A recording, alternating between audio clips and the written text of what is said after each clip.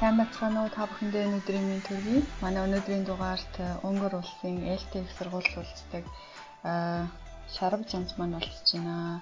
За сайн байна уу Шарва? Сайн байна уу. За та бүхэнд бас энэ өдрийн наа хурдгшилсэн энэ өдрийн галгалуу минь төргийа. За сайхан хаварч гинөө. Сайхан хаварч гинөө. За Шарва маань Монголд очсон байгаа ах тий. Тэгж мэдээлэл авсан. За Монголд ямар шуухан хавар болж байна? Айгүй тийм сайхан хавар болж байна. Монгол хүн нөгөө амны вэлгээр гэдэг шиг их л хүмүүсийн юу бол нааштай сайхан сонсогдож штэ. За судалгааны ажлууданд дэжгүй явж байна уу? Судалгааны ажил бол ерөнхийдөө ахиж байгаа. Одоо бол ерөнхийдөө эрэл хайгуул хийгээд дуусчихсан бүх мэдээллүүдэд зангидаж нэг системд оруулж ирэн дуусгахыг гэсэн зорилго тавиал ажиллаж байна да. За Шарва маань манай сонсогчдод зориулаад өөрийгөө нэг тавчхан танилцуулбал ямар мэргэжлэр хэдик жилдээ суралцж байгаа лээ? За намайг Отгонбаяр Овогтой Шарав Жанц гэдэг. Би Унгар улсын Будапешт хотын Өтвөшларанд буюу бидний хэл зайснаар ээлтэй их сургуульд түүхийн секторт одоо 5 дахь жилдээ суралцж байна. За манай подкаст маань ерөнхийдөө дэлхийн өнцөг булан бүрт судалгаа хийж байгаа судлаачид докторийн оюутан мөн докторийн судалгааны ажлаа академийн дуусгаад одоо эрдэм шинжилгээний ажил хийж байгаа эрдэмтдтэй ярилцдаг ийм подкаст байгаа. За тэгэхээр манай Шарвагийн бодлоор одоо судлаач хүн гэж юу ямар хүн байдгийг бэ? Чиний бодлоор ингэ тавчхан тайлбарлах юм бол За тэгэхээр судлаач гэх хүн маань бол ямар үүрэгчлэлтэй байх вэ гэхээр зэрэг өөрийнхөө бүтээл, өөрийн одоо маш цуглуулсан эрэл хайгуул хийсэн мэдээллээ зангидаж олон нийтэд хүртээл болгох. Тэр бүтээл нь болохоор шинж тухайд байр сууриас маш зөв үн цэгцтэй мэдээллийг хүмүүст хүргэх гол зорилготой юм болов уу гэж зүгээр миний хувьд үзэж байна. За, ер нь судлаач хүнд ямар нэгэн үзэл баримтлал байх ёстой юм болов уу? Эсвэл нэг ямар нэг юм онцгой чадварч гэдэг юм уу? Чиний бодлоор ер нь яг ямар чадвартай эсвэл ямар үзэл бодолтой хүн одоо сайн судлаач болно гэж боддог вэ?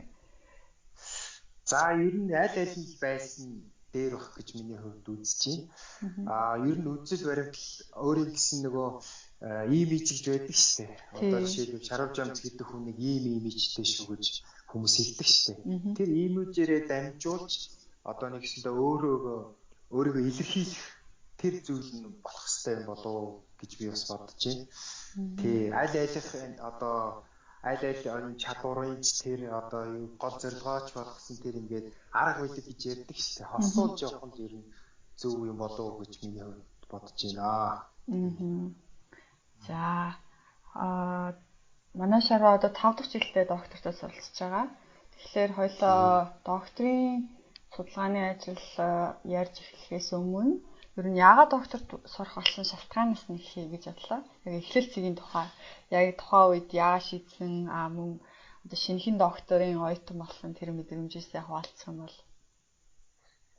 За тэгэхээр зэрэг би 2011 онд МОБИС-ийг төгсөөд өөрийнхөө хүсэлтээр бол бүр анх хөдөө орон нутгаас бол багшийн ажил хийж эхэлсэн.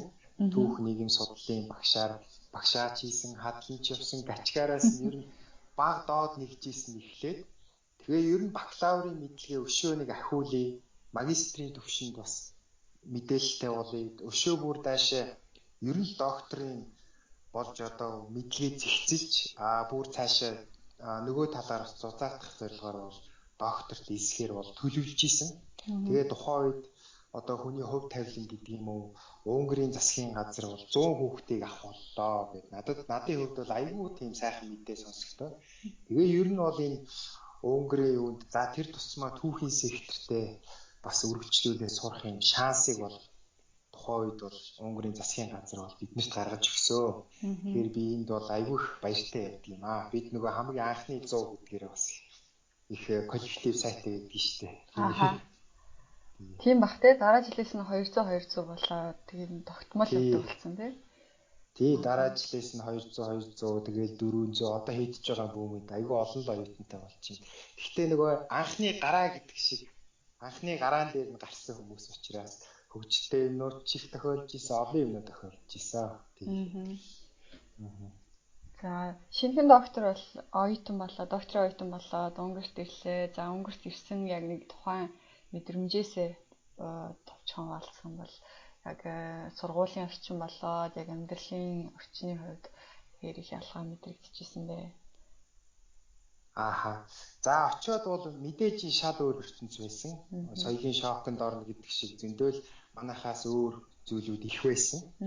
Ялангуяа гудамжны тэр барилга байшингуудыг хараад ер нь уулга автчихсан. Яг үннийг хэлэхэд сургуулийн орчин нөхцөлд бол ерөнхийдөө тэр техник технологи нь арай илүү дэвшилттэй юм болов. Зохион байгуулалт маш сайн, анги кабинетийн зохион байгуулалт илүү сайн хөгжсөн байна гэж тийм прогноз дүгнэлтийг бол хийж ийсэн. За одоо л докторийн судалгааны ажил руугаа оръё. Ерөнхийдөө судалгааны ажлынхаа сэдэв ямар сэдэв байгаа лээ? Цар хүрээнийхэн талаар яриагаа эхлэе хоёлаа. За ер нь миний сэдэв бол арчилсан хувьсгал байгаа. Монголын арчилсан хувьсгал 20 дугаар зуунд бол ерөөсөө 3 хувьсгал явагдсан гэж үздэг штэ. За тэгээ 11 оны хувьсгал манайх иргэжлөөгөө олж авсан. 21 онд ардын одоо нам гарч ирснээр бас нэг хувьсгал, 2 дахь хувьсгалаа хийсэн. Хамгийн сүүлд 90 онд бид нар коммунист буюу коммунизм гэдэг нийгэм ноёлчихсан байсан шүү дээ. Энэ нийгмийг түлхэн унгааж арчилсан нийгэмд хэрхэн шилжүүлсэн талаар бол миний судалгааны ажил бол өгүүлэх юм байнамаа. За яагаад ер нь энэ сэдвээ сонгож авсан бэ? За нэгдүгээр энэ сэдв аягүй сонирхолтой. Ийм хүчтэй систем яагаад гів хинтхэн нураад онцоо гэдэг нэг асуудлыг би дэвшүүлээ. Тэгээд энэ асуудлынхаа хойноос явж яваад энэ аягүй сонирхолтой юм байна. Хоёрт бол энэ бол баримт судалгаа бол ихтэй. Судалгааны материал бол ихтэй байсан учраас надад арай илүү төхөмтэй. Яагаад гэвэл би чи өмнө нь археологийн марталга энэ төргээл бүр дундад зууны үеийг судалж исэн бол арай тэр нөгөө судалгааны юу нь бол багтай. Гэтэл орчин үеийн за тэр дундаа 20 дугаар зууны үеийн ч одоо баримт материал хавгүй их шүү дээ. Тийм учраас надад судлахад төхөн байсан учраас би энэ сэдвийг сонгож авч судалсан юм аа. За одоо судалгааны ажлаа 5 дахь жилдээ хийж байгаа. Тэгэхээр ерөнхийдөө бол судалгааны ажил нь жигдрээд нэлээд үр дүн гараад явж байгаа бах тий. Одоо миний бол статус бол бүх кредитээ дуусгачаад Сегурлах буюу улсын шалгалтаа өгчихсөн. Одоо бол ганцхан диплом хамгаалалт бол зөвшөөрөгдчихсэн байгаа. Одоо ер нь диплом хамгаалалтаа хийгээл миний процедур бол ер нь тэгээ зогсох юм байнамаа. Төгсөх шат руугаа орж ийн гэж бас ойлгож болно. За тэгвэл судалгааны ажлынхаа талаар ахаа нэг жоохон дэлгэрүүлээд ярьж болох уу? Ерөнхийдөө яг ямар хуу одоо ерөнхийд нь бол ойлголоо арчилсан хувьсгалын талаар за арчилсан хувьсгалын талаар хийж байгаа судалгаанаас одоо гарсан нэг товчхон үр дүн ч гэдэг юм уу? Одоо бид нар бол мэдээж мэргэжлийн хүмүүс биш учраас зарим хүмүүс ойлгохгүй. Ялангуяа би бол шал өөр шинжлэх ухааны хүн, байгалийн шинжлэх ухааны.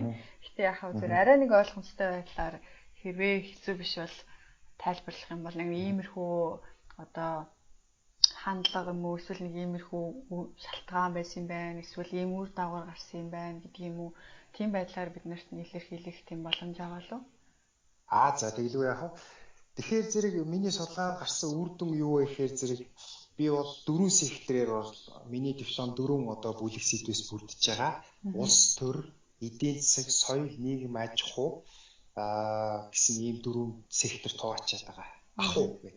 Тэгээд энэ секторууд дундаас хамгийн их нөлөөсөн сектор нь юу вэ гэхээр эдийн засгийн секторт мухардалд ороод эхэлсэн байна л да. Ер нь ямарваа нэгэн систем эдийн засгийн хүчтэй чанга байж ижил тэр систем оршин тогтно шүү дээ, тийм биз? Гэтэл тэр систем тоглолтод мухардалд ороод барааны хомсдол болоод ер нь соц нийгмийн 16 орнууд бол ер нь мухардалд ороод доош эхэлсэн байна.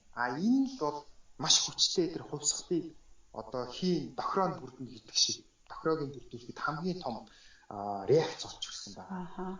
Үүнээс үүдэж бол арчилсан хувьсгал гарсан гэдэг тийм дүгнэлтийг хийх гээд байгаа. Тэгээ миний дипломын сэдв бас айгүй тийм одоохондоо бас нэг нууцлахаар тийм олон нийтэд бол гаргаж болохгүй тийм мэдээллүүд байна. Гэхдээ энийг бол бүр хоошоо бол гарна. Гэхдээ миний бол үздсэн зүгээр хэлбэрхнаа тайлбарлахад энэ системийн эдийн засагт өөрөө доголдоод эхэлсэн учраас л энэ хувьсгал гарсан гэдэг нэг прогнозыг төвшүүлээд энийгээ баримтуудаар ингээ шатараалтайгаар баталж хэлсэн. Яагаад вэ гэхээр зэрэг энгийнээр тайлбарлах юм бол төвлөрсөн төлөвлөгөөт эдийн засаг ер нь явцуургүй байна. Зах зээлийн эдийн засаг нь ер нь болох юм байна гэдэг зүйлийг бол энэ социализмын үед бол хүчтэй сөрж тавьсан. Дээрээс нь нэмэр дээр нэрмээс хэлэхчээр тухайн үед зөвлөлт холбоот улс гээд хамгийн хүчрэх улс байлаа шүү дээ. Тэр улс маань өөрөө 85 онд Михаил Горбачев гэдэг хүн гарч ирээд перестройка ер нь өөрчлөлт байгуулалт хэрэгтэй юм байна. Бид нэр өрний онлыг бол ашиглах нь зүйтэй юм гээд өөрөө хэлсэн учраас нийгэм даяараа хөдөлж энэ нь бол нөлөөлж эхэлсэн гэж үзэж байна. Тэгэхээр ерөнхийдөө энгийнээр тайлбарлах юм бол ийм дүгнэлтийг бол гаргах гэж байгаа. Улс төрийн хувьд бол докторгүй нөгөө коммунист гэдэг маань та дарангуйлал нөгөө захир гаталтын үегээл тийм бүхэн хүмүүсийн сэтгэл зүйд хүчтэй нөлөөлөл үзүүлж тухайн үеийн бас хүмүүсийн судлаа шүү. Хүмүүсийн байр суурь ямар байсан юм бэ? Намынхын байр суурь ямар байсан юм бэ? Энэ бүхний үнцгээс бол миний судалгааны ажилд бол дүгнэлтэнд бол иймэрхүү зүйлүүд гарч байгаа. Ерөөсөө хамгийн том нь эдийн засаг нь ганхаад эхэлсэн юм байна. Түүний хажуугаар нөгөө диктатуртай байгаад хахаар хүмүүсүүд айж энээс төрхөн солих тийм сэтгэхгүй нийгэм даяараа бүхэмдэл бий болсон учраас иймэрхүү зүйлүүд гарсан юм байна гэдэг зүйлийг хэлж байна. Гурав дахьыг ярих гэхээр яг нөгөө нууцтай юу руу орчих гээд тийм ийм байдлаар тайлбарлах гэж бодлоо. За маш сонирхолтой байна л да. Яг тэгэхээр яг энэ хувьсгал бол ганцхан Монголд болоогүй. Яг л зөвлөлт засгийн олон орнд гарсан тий зөвлөлт холбоот улс гэж байсан. Тэрний харьяат байсан орнуудад гарсан.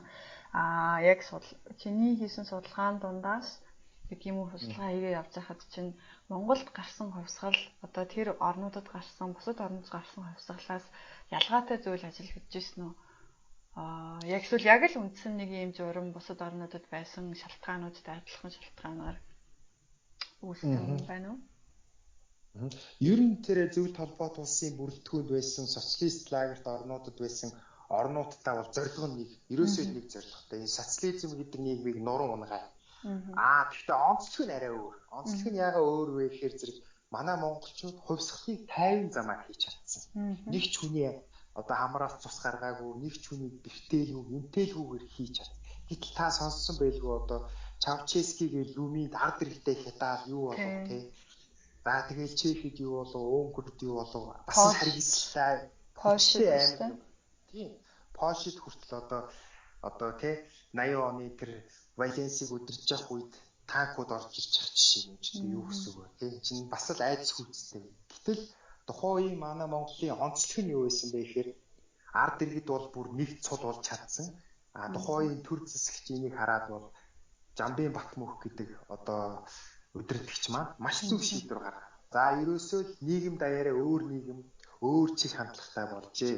Тийм учраас бид нар ер нь ард иргэдтэй энэ нийгмийг бол тавиад өгөх хэрэгтэй юм байна. Бид нар улс төрийн тавьж байгаа огцруулах нь зөв юм байна гэдэг шийдвэр гараа ялтанд хүрч байгаа. Тэгэхээр энийг юу гэж харахаар байна вэ гэхээр манай монголчуудын нэг тийм онцлог ба шүү дээ. Ер нь хүчрхийллийн бусаргаа тий тайван замаар энэ хувьсгалыг хийж чадсанараа тухайн үеийн хэвлэл мэдээллүүд хүртэл энийг хараад бас үнэхээр гайхажсэн юм да. Японы талаас, өрний орнуудаас асар олон сэтгүүлч тэрийг ийм гайхалтай хувьсгалыг те энэ хувьсгалыг тайван замаар хийсэн үнэхээр монголчуудын бас баатарлаг том үгс байна гэж бол ингээ бүр баримтаараа ингээ гараад ирсэн байж байгаа. Тийм учраас чиглэлийн шалтгаанууд ижлэн харин онцлог нь жоохон өөр гэж болно. За маш сонирхолтой мэдээлэл байлаа. Яг тэгэхээр за би аль түрүүнд дурдсан. Би болохоор мэрэгжлийн хүн биш. Бас түүхийн талаар тийм ч өндөр мэдлэгтэй хүн биш яг үнэ хэлэхэд. Би их сургууль сурдаг, Монгол Улсын их сургууль сурдаг байсан. Тэгээ Монгол Улсын их сургуульд бакалавр сурч байхад нэг түүхийн хичээл ороод тэр хичээл дээр багш маань ингээд арчилсан хувьсгалын талаар орж исэн байхгүй. Тэгснээр тэгж хэлж ирсэн. Хичин би жоохон байсан гэсэн. Одоо эдэн настай байсан. 19 настай ч юм уу. Тэгэл яаж мэдгүй миний үнсээ судалснаар бол мэдээж ардчлалын алтан хараацай гэж ардчлалын хувьсгалын төлөө зүтгэж исэн маш олон хүмүүсийн хүч хөдөлмөр байгаа.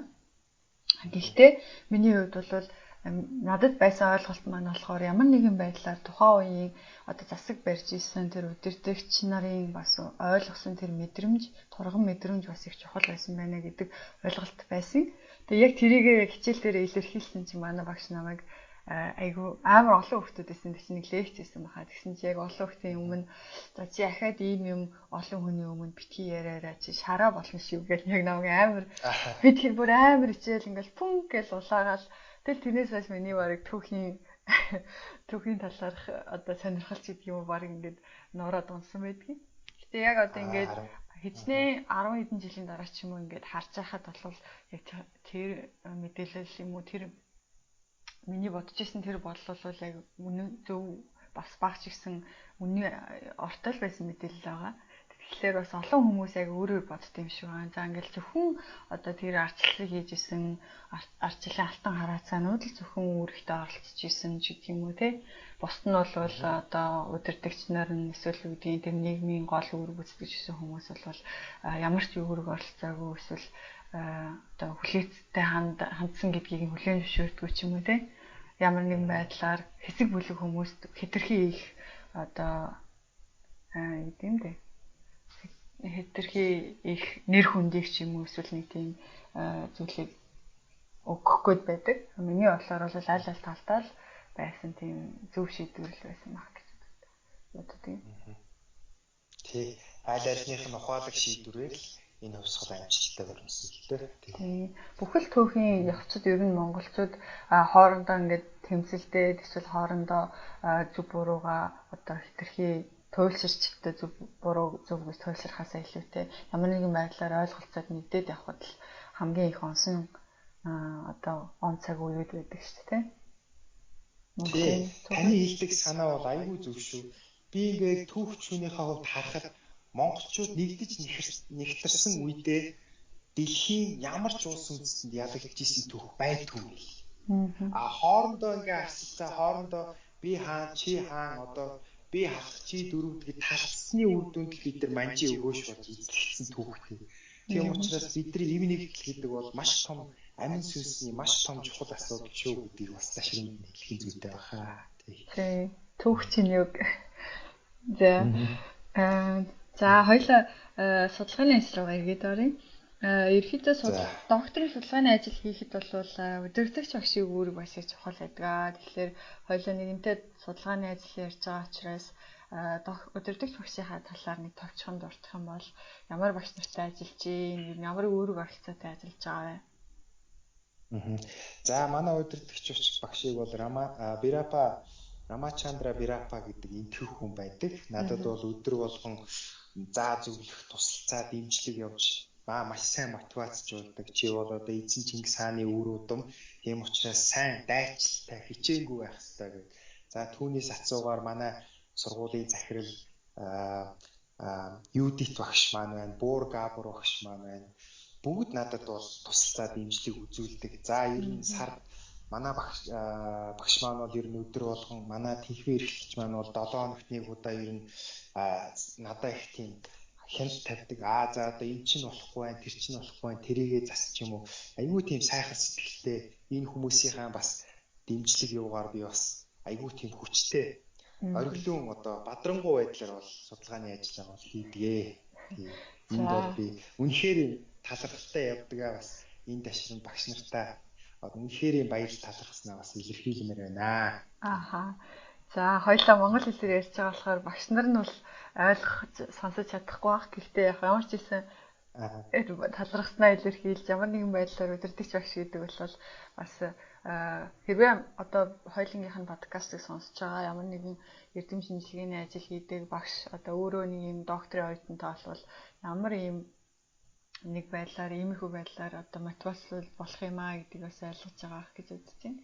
Тэгтээ хамгийн чухал нь яад ингэж асууж байгаа гэхээр докторийн оюутнууд маань ингээд сонсож байхад удирдлагч багштайгаа үйл ойлголцох, эсвэл удирдлагч багштайгаа одоо цагаа зөв зохицуулж чадахгүй, эсвэл зарим багш нар ингээд тоохгүй орхичдаг. Иймэрхүү байдлаас болоод нөгөө эхлүүлсэн ингээд гой боломжоо алдах, амьдралынхаа олон он цагийг ингээд зарцуулсан зүйлээсээ хурах гэдэг юм те. Олон тийм бэрхшээлүүдтэй тулгарч байгаа харагддаг. Тэгээд чиний хувьд болохоор маш сайн удирдахч багш нартай ажиллаж байгаа юм байна. Аттай хүн байна. Ааха. Тийм. Тэг ер нь нэг ийм үг байдаг штэ. Өөр төгсөн үүргийг яалж өөрийгөө харуулах боломж гэж бодсон ялцдаг гэдэг шиг багш нар маань бол надад бол үүрэг өгдөг. Тэр үүргийг би одоо алдчихгүй юмсан, багш нарын итгэлийг алдчихгүй юмсан, бүр сайн хийгээд өччих юмсан гэж өөрийгөө бодож хандлагаж одоо сэтгэлдээ тайлбарна гэдэг шиг. Тэрний хүчинд багш нар маань үнэхээр намайг үнэлдэг болоо гэж би бас бодож байгаамаа. Тийм. За хоёлоо судалгааны ажлынхаа төлөвлөгөөг хэрхэн боловсруулдаг вэ гэдэг талаар маш бага зэрэг ярилцъя гэж бодлоо. Судалгааны ажилдаа баримталдаг тийм арга барил байгаа бол бид нартай бага зэрэг хуваалцвал. Би ерөнхийдөө бол судалгааныхаа ажлаа бол детальчтай хуваачдаг. Одоо нэг семестрт жишээ нь одоо улс төр гэдэг бүлэг сэдвэр ч юм уу, нэг семестрт эдийн засаг байдаг ч юм уу, ингээ бүлэглээд хуваагаад тэрэн дээрээ одоо судлаач үуч ирэл хайгуул их л зорилготой шүү дээ. Ийш тийшээ одоо миний хувьд бол одоо Орос руу явж нилээдгүй архиваас судалгаа хийсэн. За тэгээд Польш руу яваад бас нөгөө удирдах жисэн хүмүүстэй уулзах тийм завшаа бас надад тохиолдсон. Тэгээд удирдах жисэн үү? Ямар? Ер нь яг удирдах жисэн бол биш. Валенсигийн тухайн үед нөгөө туслагч байсан Чаучиски гээд Сапена гээд нэг хоёр хүнтэй бол би уулзсан. Тэгээд тэр хоёр хүнээс Польшийн хувьсгалын талаар одоо багахан ч гэсэн мэдээллийг бол авч чадсан. Харин тэр хоёр намайг бас гайхчихжээ. Бас одоо манай энэ хувьсгалын талаар бас ингээд мэдхийг хүсэж байгаад нь бас их баярлж байна. Тэгээ энэ бол чиний ажлын юунд бол бидний өгсөн мэдээлэл үнэтэй хөв нэмэр эзлэх бахаа гэж бас намайг бас өрөөж исэн. Тэгэлгүй байх уу? Маш сонирхолтой сонсогдож байна. Тий. Тэгээд миний бас гол баримтлагдаг зарчим юу вэ гэхээр зэрэг би бол өдрийн тэмдэглэл хөтэлдэг өдөр болгон. Тэгээд тэр өдрийн тэмдэглэлээ бол одоо жишээлбэл ийм юмнууд өнөөдөр төлөвлөлөө. Тэгээд өглөө хичээлдээ явахаас өмнө тэр төлөвлөгөөгөө хэдэн хувьд нь биелсэн байна, юу болсон байна гэдгийг оройд нь дандаа ингэ дүгндэг байж байгаа. Энэ бол бас миний хувьд бол маш том түлхэх зөвж байгаа гэж бодож байна. Тэгээд одоо жилийн эцэсч байдаг юм уу, сарын эцэсч байдаг юм уу, тэр төлөвлөгөөнүүдээ биелсэн хэсгээ бас ингээд прогноз хийж бас өөр багш нараасаа ч юм уу, бас хамтран зүтгэгч нараасаа бас асууж бас дэмжлэг авдаг. Энийний үр дүнд бол бас тодорхой хэмжээний ахиц дэвшил бол гарч байгаа. Тий. Түрүү яг дурдцаагаад нөгөө дундуур нь өөр юм асуугаад яцах шиг би сарниулчих шиг боллоо. Нэг эхлээд төлөвлөгөө гаргахтаа жижиг хуваадаг гэд ярьжсэн те. Жижиг хуваагаад тэгээд эхний Ер нь жижигээр детальчлаа хуваачна. Одоо 4 бүлэг сэдв байлаа гэхэд нэг бүлэг сэдвийн эхний семестртэй. Зөвхөн тэрэндээ фокуслаа анхаарлаа хандуул. Өөр зүйл рүү сарнихгүй. Зарим нөхдүүдийг хараад хаад тэгээд байдаг байхгүй. Тэгээ би тийм санаа орчихсон. Ер нь сарнихгүйгээр тэр бүлэг сэдвийнхээ дагуу номнуудаа одоо номын сангаасаа цуглуулна, баримт материалуудаа цуглуулна. Тэгээд тэрнийхээ юугаа бас одоо харьцууд нь өөр их сурвалжуудтайгаа. Тэгээд бас өнгөр оюутнууд бас их тийм юу штэ. Сонин санаанууд өгнө штэ. Би одоо ингээл хичээлээ тарсны дараа одоо хамтран зүтгэгч нараасаа ингээ асуу. Одоо би ийм дээр ажиллаж байна. Энэ дээр одоо та нарын бодол юу вэ гэнгүүт яг миний бодоогүй гайхамшигтай тийм санаануудыг өс өгдөг шүү надад. Тийм. Наа чи ингээд засвал ингээд явуучвал болох юм шүү. Наа чи юу болохгүй. Наа чи яагаад гэхээр хориотой ч гэдэг юм уу. Ингээд айгүй их тийм мэдээлэл цуглуулаад прогноз хийсний үр дүнд тэр бүлэг сэдэв маань бол айгүй тийм амжилттай.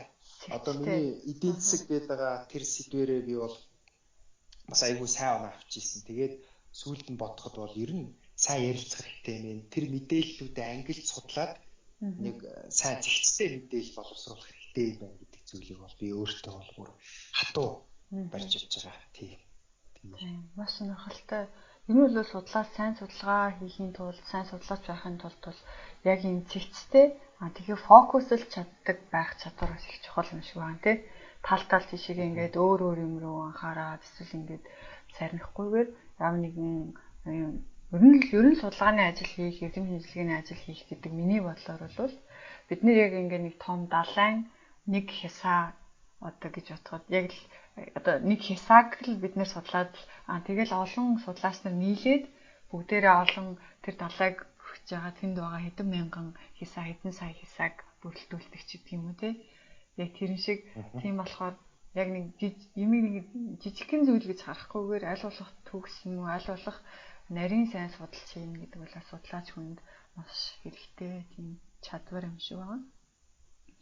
За одоогоор хэдэн эрдэм шинжилгээний бүтээл хэвлүүлээд байна вэ? Ер нь танаа ээлтэй их сургуулийн түүхийн техникийн хувьд ямар шалгууртай байдаг юм бэ? Хэдэн бүтээл хэвлүүлэх хэрэгтэй байдаг юм бол? Тийм, манай яг сургуулийн стандарт байна л та. Ер нь нэг 4-5 бүтээл хэвлүүлсэн байх шаардлагатай гэдэг. За тэгээ ерөнхийд би одоо бол анх одоо эхлснээсээ хойш 4 эрдэм шинжилгээний бүтээлийг бол гаргачаад ээлжий яг зөвшөөрлөгдсөн. Тэгээ сургуулийнхаа эрдэм шинжилгээний албанд бол бүртгүүлсэн. Миний нэрээр хайх юм бол байж байгаа. Англи, орос хэлээр гарч ирсэн байж байгаа. Гэхдээ одоо хэвлэлтэйг 2 бас сонирхолтой бүтээл үлдчихээ дээ. Гэхдээ тэрийгээ бол би яахгүй их нухацтай уул суурьтай хандсны дараа ер нь гаргая гэсэн бодолтой байна. За хэрвээ одоо нууц биш үл гэдэг юм уу? Эсвэл хэтэрхий их нушхаар биш бол яг бүтээлүүдийнхаа талаар нэг яг тийм сэдвтэй тийм бүтээл байгаа. Эсвэл нэг тиймэрхүү сэдвтэй бүтээл байгаа гэж жоохон дэлгэрүүлээд хэлэх боломж байгаа. За миний одоо судалгааны бүтээлүүд дотор бол Монгол Америкийн харилцааны талаар за тэр дундаа Owen Lattimore гэдэг эрдэмтэн бол монголч эрдэмтэн юм байна. Тэгээ Монголын тухайн үед социализмын үеийн систем, монгол хүмүүсийн ахуй, аж ахуй, амьдрал ямар байдгийг байна. Үүний талаар бол судалсан материалууд байгаа. Энэ материалуудыг бол би бол судлаад яг энэ бүтээлдээ хэвлүүлсэн. Нөгөө бүтээл маань хоёр дахь бүтээл маань бол Батхааны талаар. Одоо Батхан гэхээр нөгөө европчууд их айдаг шүү дээ. Ялангуяа монголчууд бол тийм Батхааны талаар бол бичсэн. Гэтэ би энийг бол ер нь бичсэндээ бол одоо их айгүй тийм жоохон эмзэглэж байгаа. Яагаад гэхээр эднэр их хүн тусдаг учраас ер нь их шүүмж төрсэн. Гэхдээ бол энийг бол бас хүлээн зөвшөөрсөн байж байгаа. За тэгээ 3-4 дахь бүтээл нь бол бас миний нөгөө сая ярьсан улс төрийн талаас нь, хувьсгалынхаа, эдийн засгийн талаас нь, соёлын талаас нь бичсэн ийм нэг тус бүрдээ тийм бүтээлүүд бол гаргацсан байж байгаа. Энийгээ бол цааш яваандаа бол би бүр бошуур маягийн болгох төлөвлөгөөтэй байгаа. Ер нь бол ихэн гарцсан. Одоо ер нь манай одоо сургуулийн захирлын гарын үсэг хэрэгтэй байгаа. Тэгэх юм бол ер нь бэлэн болчих төлөвлөгөөтэй байна. За маш амжилттай явж байгаа юм байна. Судалгааны ажлууд нь, докторийн ажил нь. Тэгэхээр бошуур маягийн гэсэндээ тэгэхээр монгол хэл дээр байх уу эсвэл ямар байдлаар брошюр гэдэг нь миний ойлгож байгаа бол зүгээр хялбархан хэлбэрчилсэн байдлаар гэсэн үг үү? Ер нь бол нэг ном гэж ойлгочих болно. Ер нь бол миний дипломыг л ер нь үндсэндээ ном болгож байгаа, бүтээл болгож байгаа нэг хэлбэр багхгүй юу? Монгол хэл дээр, англи хэл дээр үү? Тий, монгол хэл дээр гаргая гэсэн. За, ямар сонирхолтой. За, эрдэм шинжилгээний бүтээл нэлээд их хэвлүүлсэн байгаа юм байна. Нэлээдгүйг. Тэгэхээр эрдэм шинжилгээний бүтээл өгүүлэл одоо шинжилгээний өгүүлэл хэвлүүлэхэд ер нь юун дээр илүү анхаарч ажиллах хэрэгтэй, анхаарах хэрэгтэй юм бол ер нь одоо залуу судлаачид хэрвээ сонсож байгаа бол одоо төвлөрч ажиллах тийм арга барил эсвэл одоо чадвар юу чиний бодлоор юу гэж бодож байна?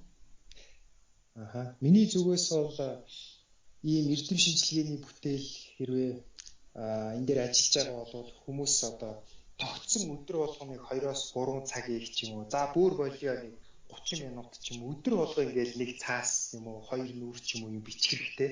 Мэдээлэл цуглуулах хэрэгтэй бол тэр мэдээллээ англи сурах хэрэгтэй. За жишээлх юм бол одоо өөр нэг улсын мэдээлэл байлаа гэхэд тэрийг багшаас асуудаг ч юм уу, альсгүй өөр хүмүүсээс асуудаг ч юм уу. Яг тэр талаар нь мэрэгсэн хүнээс нь асуу бас их зөв оновчтой болж тэр чинь хуурна. Одоо жишээлбэл миний хувьд бол жишээлбэл нэг баруун өнгөрнө гэж та сонсч байсан байлгүй. Тэр хүний талаар мэдээлэл хийжсэн яг судлаачтай нь холбогдоо үзсэн чинь үнэхээр нөгөө мэлмийн нээлтэн гэдэг шиг ёо үнэхээр гайхалтай хэлж байгаа. Тэгээ би энэний талаар бас нэг багштайгаа зөвлөлтөөд бас нэг хуралд орсон. Тэгээ тэр бол гайгүй гарсан. Гэхдээ би энэ хурал дээр бас нэг сонирхолтой зүйл болсон гэх юм уу одоо нэг зүйл болсон. Манай тэнхмээс бол намайг нэг хуралд оролцоод ирээ.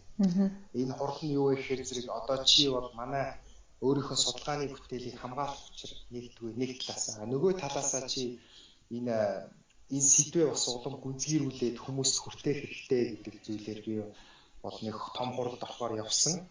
Тэр хурал дээр бол ямар үйл явдал болсон бэ гэхээр нөгөө айд харж бүгдээрээ над руу тавьчихсан. За айгүй олон 300 400 хүн сууж ирсэн. Тэгээ ерөөсөө бүгд тэр дотор бол эрэг юм ярьж байгаа юм ерөөсөө байгаа. Тэгээ би өөрийгөө хамгаалж идэхийн тулд бас нэг стратеги хэрэглэсэн.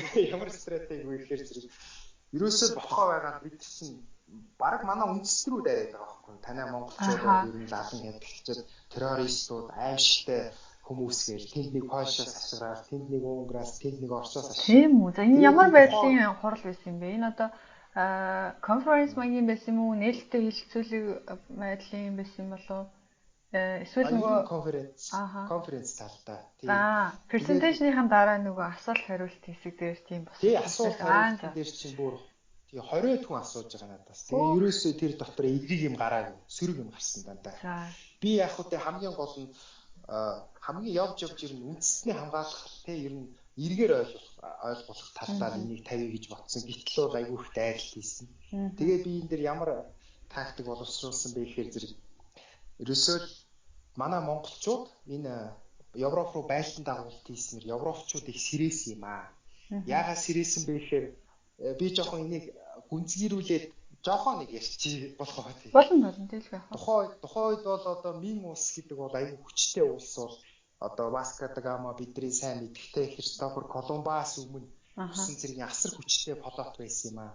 Тэр флотын та нарын тэр муулаад байгаа манай үүг дээдс бол сүр үс юм аа. Мин улсыг барьсан юм аа. Тийм учраас европчууд үжээ одоо хятадын колон болох байсныг бид нар зогсоосон учраас та нар бол биднийг ингэх шүүх хэрэггүй гэж ярьсан. Тэгэнгүүт цаанаас манай нэг Унгар эрдэмтэн босч ирээд надад алга ташсан. Баяр хүрсэн юу вэ гэхээр зэрэг тийм шүү энэ одоо та нарын муулаад байгаа энэ Аз нөхөр чинь энэний үүх дээдс нь биднийг хамгаалсан юм шүү. Бидэрт том дохио өгсөн юм шүү.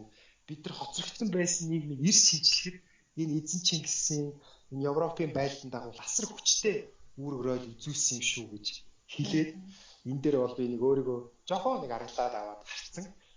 Тэгээд энэ бол айгүй миний хувьд бол айгүй матгтахааргүй үйл явдал болсон. Тэгэлгүй байх уу? Энэ хурлын дараа манай техник багш надад үнэхээр чи их хулжин залхаа нөхөр вэ шүү.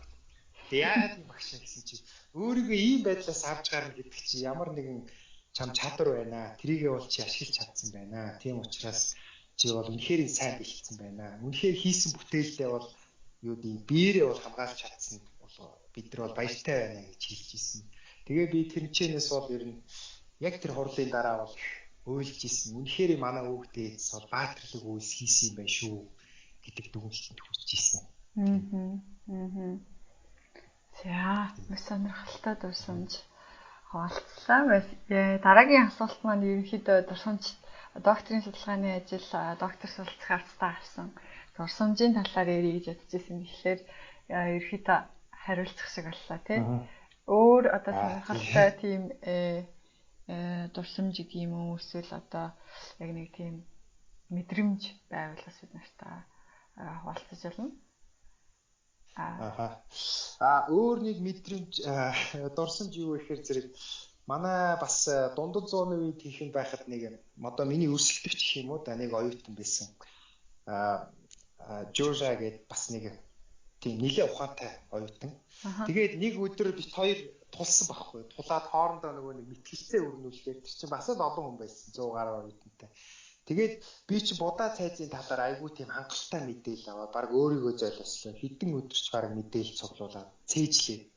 Тэгээ мань хүн мэтгэлцээд би тэр хүнийг жоохон эвгүй байдалд оруулчихгүй. Бүх асуултыг хариулаад өөрийн эвгүй байдалд оруулаад. Тэгсэн чи юу болсон бэ гэхээр нөгөөтг чинь дараа нь дахиад миний ээж болох хэрэгтэй байгаа шүү дээ. 2 сарын дараа ч байна.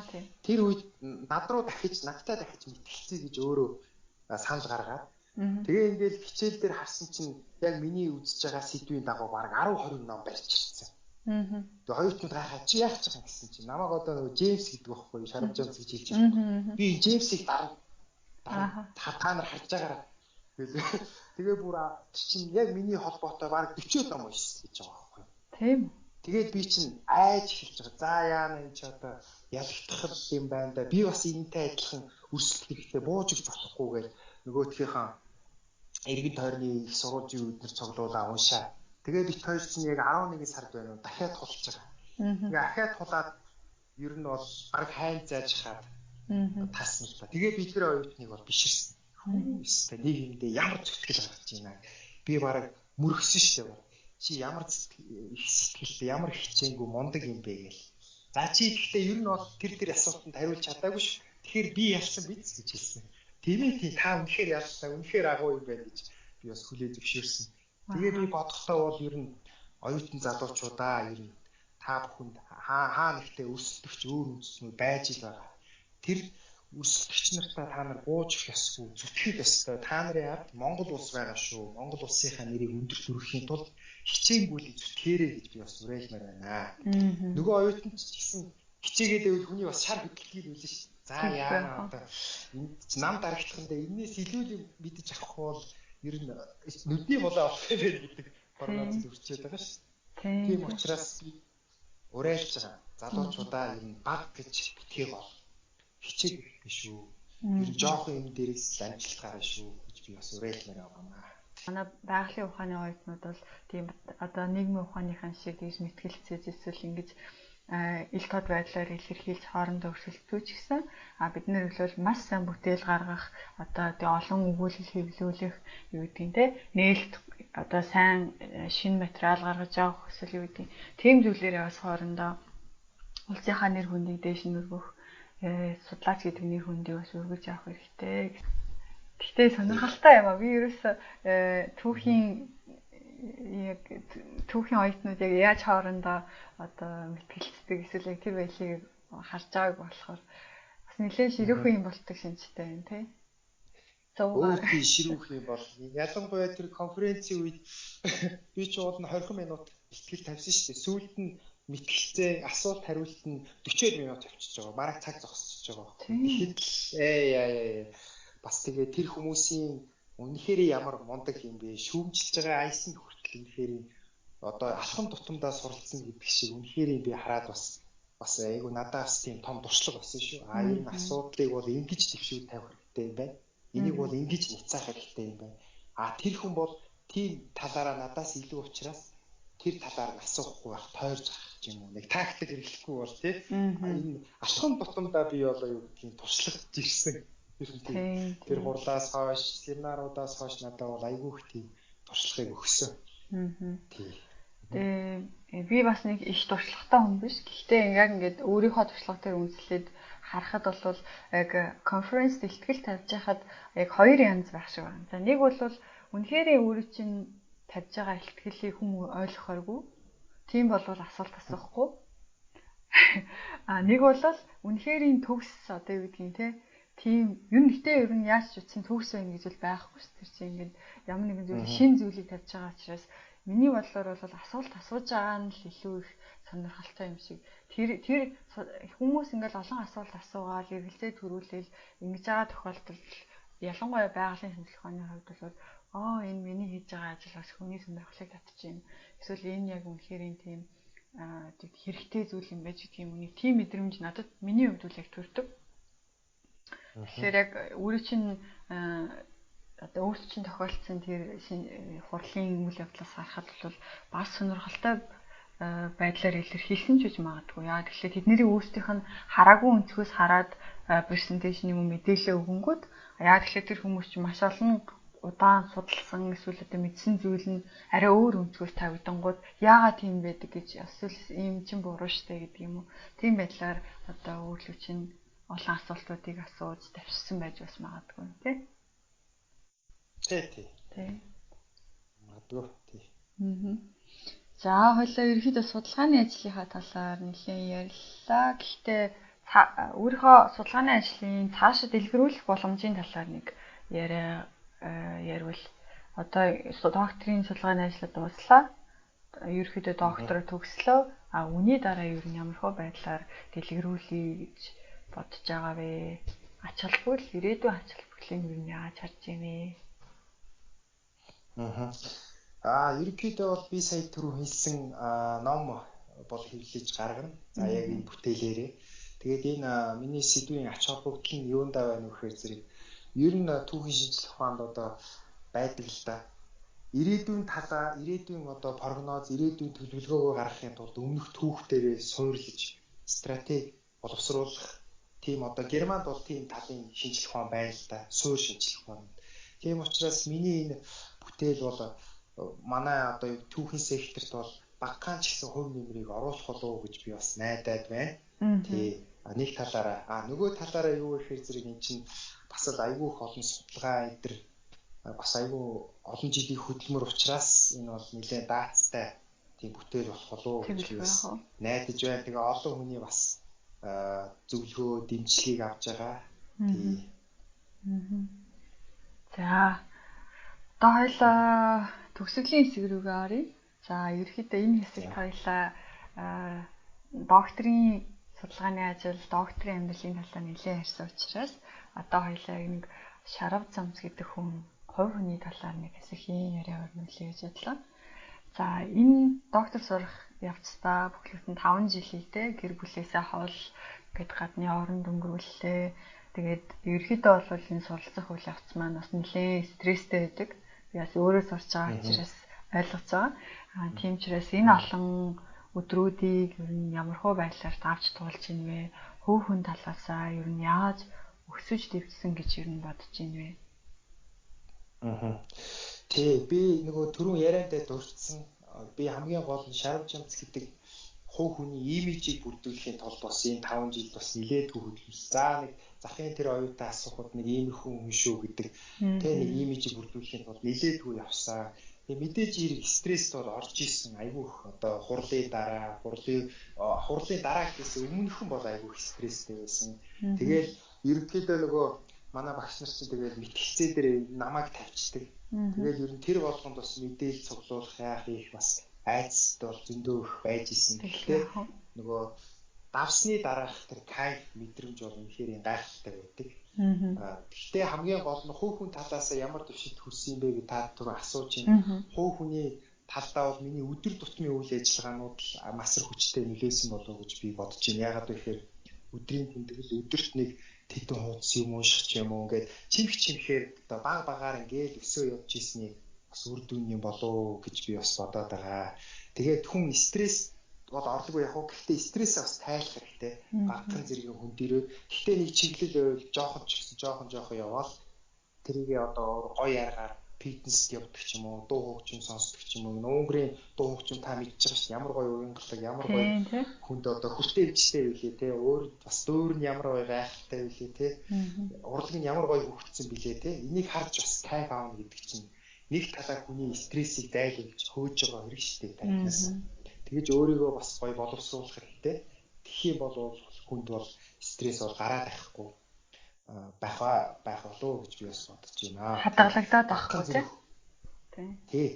Тэрийг бол стресс хэрвээ тохиолдлоо гэж бодох тэрийг удааж болохгүй баг ингээд гаргачих хэрэгтэй. Тэгэхгүй ингээд удаах юм бол эн чинь бас өвчин болох магадaltaй учраас тэрийг ингээд яг нэг сайхан тий өөрийгөө багахан зэрэг хүн дэрүүлээ шагнах ч юм уу, ийш тийшээ одоо аялах ч байдаг юм уу, явгаа аялах хийдэг ч байдаг юм уу, тий ингэж өөрийгөө бас гадаад орчинтойгоо тасгаж ингэж яахгүй бол бас өөрийгөө бас богшуулж болохгүй гэж би хэлэх гээд байгаа юм. Гэхдээ өдөр тутмын үйл ажиллагаа би бол хэлмээр байгаа. Өдөрт нэг за бүр болдгоо мэхэд 30 минут тий анхаарлаа хандуулаад тэгээ өөр цагт нь та сагсаад тоглоно юугаа хийн тий хамаагүй.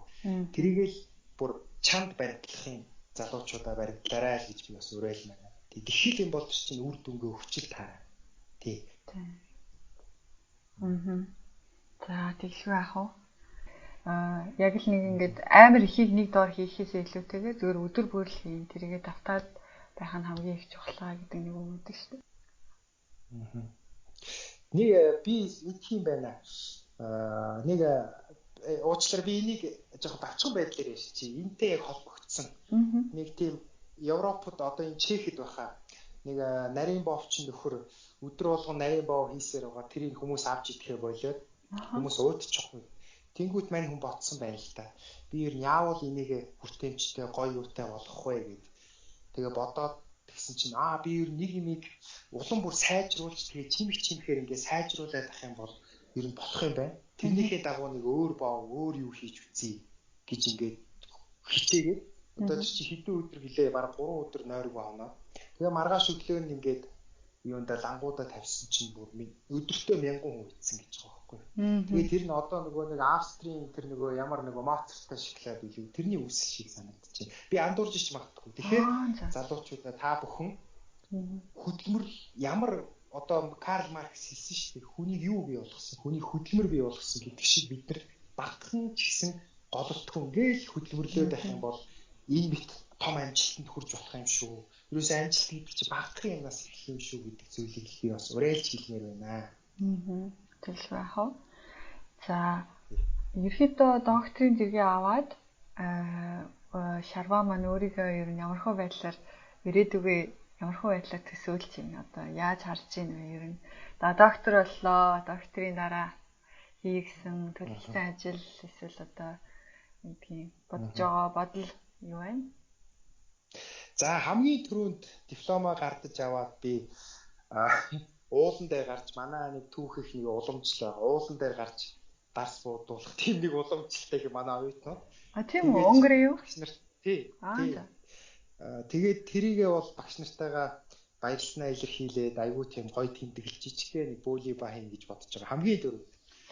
Тэгээ мэдээж хэрэг эх орондоо буцаж очоод энэ сурж мэдсэн, хоригдлуулсан мэдлэгээ оюутан залуучуудад бол зааж улс орондоо багахан ч гэсэн хувь нэмэр оруулахыг бол зорж байна. Энэ бол ерөнхийдөө би бол дунд сургуулийн багш байсан хүн. Одоо бол их сургуульд багшлах гэсэн төлөвлөгөөтэй байж байгаа. Тэгээ их сургуулийн оюутнуудад бол түүхийн жимээр соён гэгэрүүлэх ажлыгаа миний үүрэгтэй тэр үүргээс биелүүлэхийн төлөө зүтгэнэ. За манай залуу судлаачид шинээр суралцахаар бэлтгэж байгаа залуу ус одоо подкастын маань сонсож байгаа бүхэл хүмүүс хандаад хэлэх одоо үг юм уу урайлга байвал одоо хэлээчээ гэж хүсэж байна. Хоёулангийнхаа яриа ерөөхдөө өндөрлөх тийшээ хандж байна.